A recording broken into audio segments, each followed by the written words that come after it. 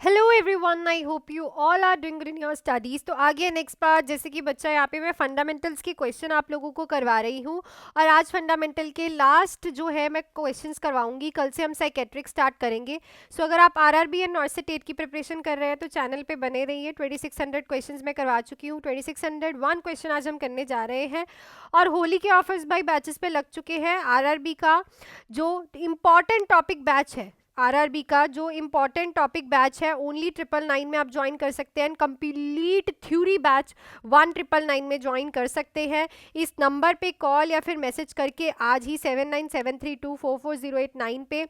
ये है होली के ऑफर्स। एंड अगर आप नॉर्थ सेट 8 की प्रिपरेशन कर रहे हो तो 50 डेज का फुल टिल योर मेंस तक 999 का, जिसमें आपको important topic, MCQs, test series सब कुछ मिलने वाला है, ज्वाइन कर सकते हो आप लोग इस नंबर पे कॉल या फिर मैसेज करके। सो टाइम आपके पास लिमिटेड है। ये ऑफर्स सिर्फ कल तक ही वैलिड रहेंगे, तो कल तक आप लोग एडमिशन्स करवा सकते हो। और परफेक्ट है। इंपॉर्टेंट टॉपिक बैच मेरा 1299 का था, अब सिर्फ 999 का है। 2399 का बैच ओनली 2199 में ज्वाइन कर सकते हो, जिसपे आपको सब कुछ प्लस नॉन नर्सिंग के सब्जेक्ट्स भी मिलेंगे। सो चलो अब मैं चलती हूँ अपने पहले ही क्वेश्चन में। आज की वीडियो का पहला ही क्वेश्चन है, हमारा पहला ही क्वेश्चन है फंडामेंटल्स का। अ nurse is reinforcing teaching about proper crutch walking technique, which instruction is correct. तो क्रच वॉकिंग से ना बहुत क्वेश्चन आते हैं, इसलिए आज की वीडियो में थोड़ी क्रच वॉकर्स एंड केन पे रखूंगी।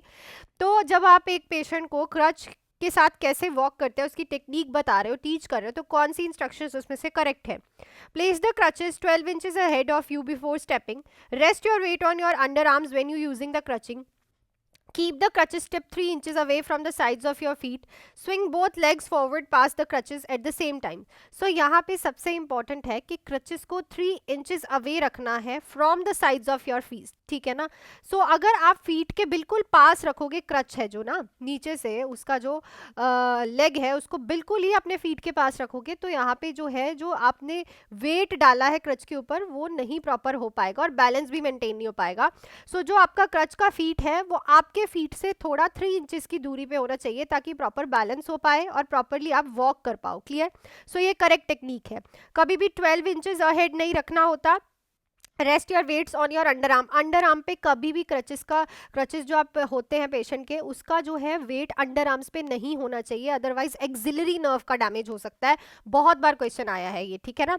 ये याद रखना, अंडर आर्म पे कभी भी वेट नहीं डालना, अपनी एल्बो को बेंड करो और शोल्डर्स पे वेट आना चाहिए।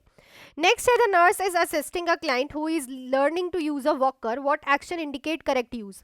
तो अगर आप एक पेशेंट को असिस्ट कर रहे हो जो कि वॉकर के साथ चलना सीख रहा है, तो क्या एक्शन इंडिकेट करेगा correct use. The client move the walker forward the step and then step with the stronger leg first. The client move the walker forward then the step with the weaker leg.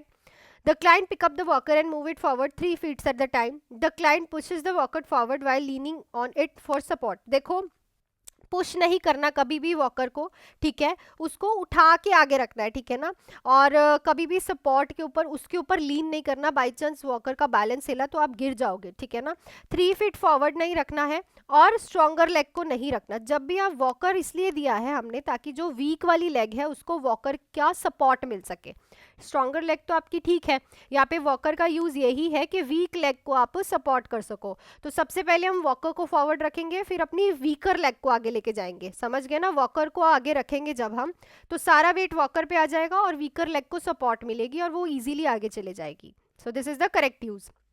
Next देखो, nurse is reinforcing teaching about the use of incentive spirometer, which instruction should be included.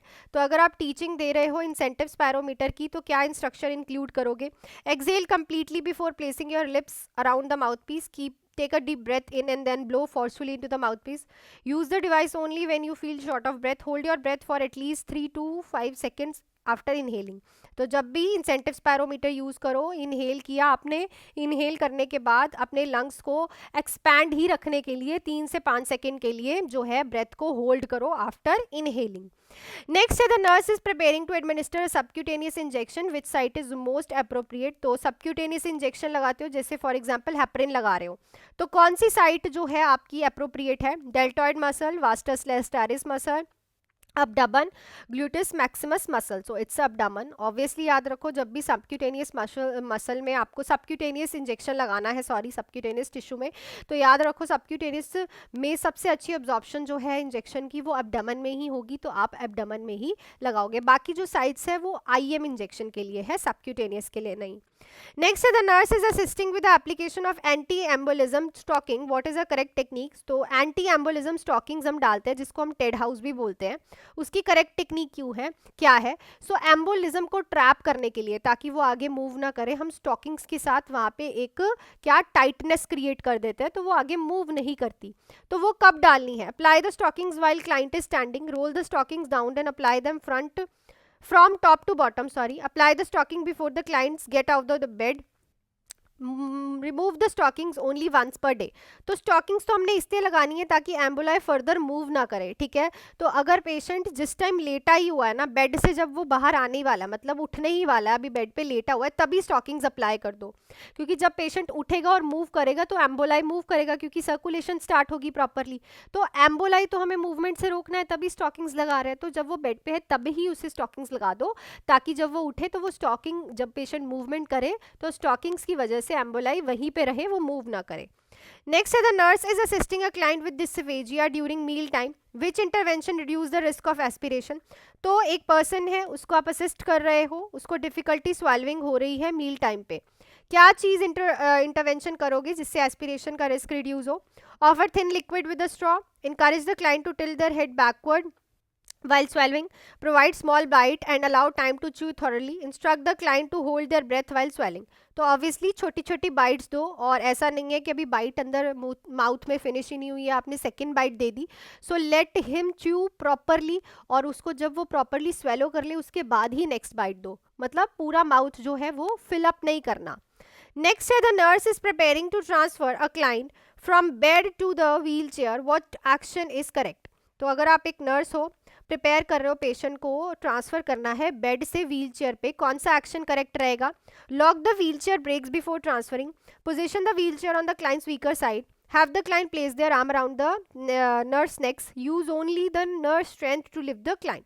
देखो याद रखो, जब भी हम wheelchair से bed to the wheelchair transfer कर रहे हैं पेशेंट को, ठीक है, बेड से from the bed to the wheel chair, तो व्हील चेयर की ब्रेक्स ज़रूर लगाना is a important step, because अगर ब्रेक नहीं लगाओगे तो पेशेंट जो है उसके गिरने के चांसेस है, ठीक है, व्हील चेयर हिलने लग जाएगी, पेशेंट फॉल कर जाएगा, उसको इंजरी हो सकती है। So this is the correct action, सबसे पहले ब्रेक्स लगाओ। नेक्स्ट है the nurse is caring for a client with the NG tube, which action ensure proper functioning. So अगर आप पेशेंट की केयर कर रहे हो जिसको एनजी ट्यूब लगी हुई है, कौन सा एक्शन बता रहा है प्रॉपर फंक्शनिंग हो रही है? आपके पास ऑप्शन है, keep the head of the bed flat at all the time, flush the tube 30 ml of water before and after medication administered, check placement only when inserting the tube, clamp the tube between feeding to prevent refluxes।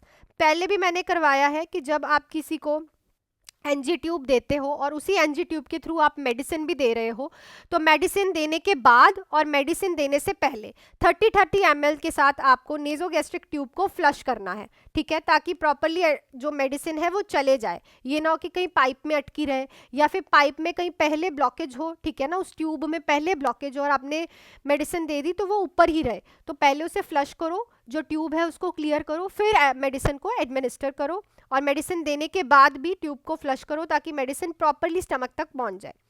Next है, a nurse is reinforcing teaching about proper body mechanism when lifting heavy object, what is a correct technique?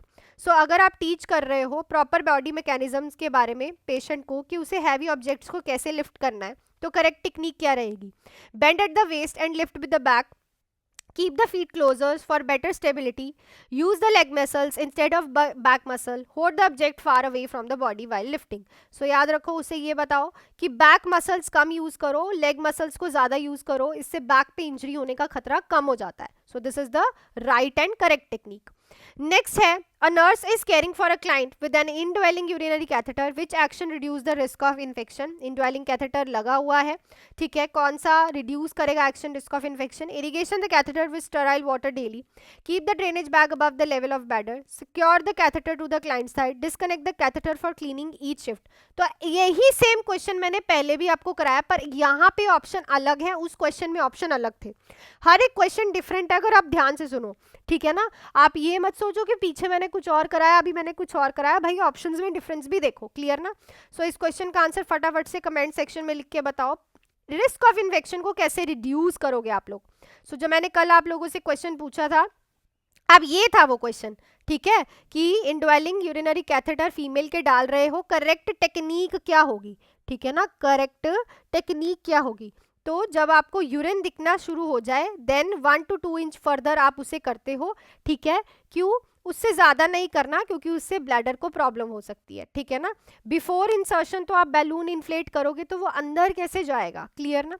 Sideline position नहीं देते, लेथोटमी position देते हैं to the female client, और 1 to 2 inches into the urethra से वो bladder तक पहुंचेगा ही नहीं। तो पहले जब आपको यूरिन दिखना शुरू हो जाए, तो यूरिन जब दिख गया आपको तो 1 से 2 इंचेस उसे फर्दर करो। सो that's it for this video. Question समझ आए हो तो वीडियो को लाइक शेयर सब्सक्राइब जरूर करना। एंड बच्चे, होली के ऑफर्स लग चुके हैं बैचेस पे। आरआरबी स्टाफ नर्स के लिए इंपॉर्टेंट टॉपिक बैच 999 में ज्वाइन कर सकते हो। ऑफर सिर्फ कल तक ही वैलिड रहेंगे। एंड कंप्लीट थ्योरी बैच जिसमें एमसीक्यूज एंड टेस्ट सीरीज भी इंक्लूडेड है, 1999 में ज्वाइन कर सकते हो। नंबर आपके पास है 7973244089। एंड नॉर्सेट 8 के लिए फुल बैच जिसमें आपको इंपॉर्टेंट टॉपिक्स मिल रहे हैं, ठीक है, एमसीक्यूज मिल रहे हैं एंड टेस्ट सीरीज मिल रही हैं, ओनली एंड ओनली 999 में आप ज्वाइन कर सकते हो। So that's it for this video. मिलती हूँ नेक्स्ट वीडियो में। Till then do hard work, make your parents proud and all the best.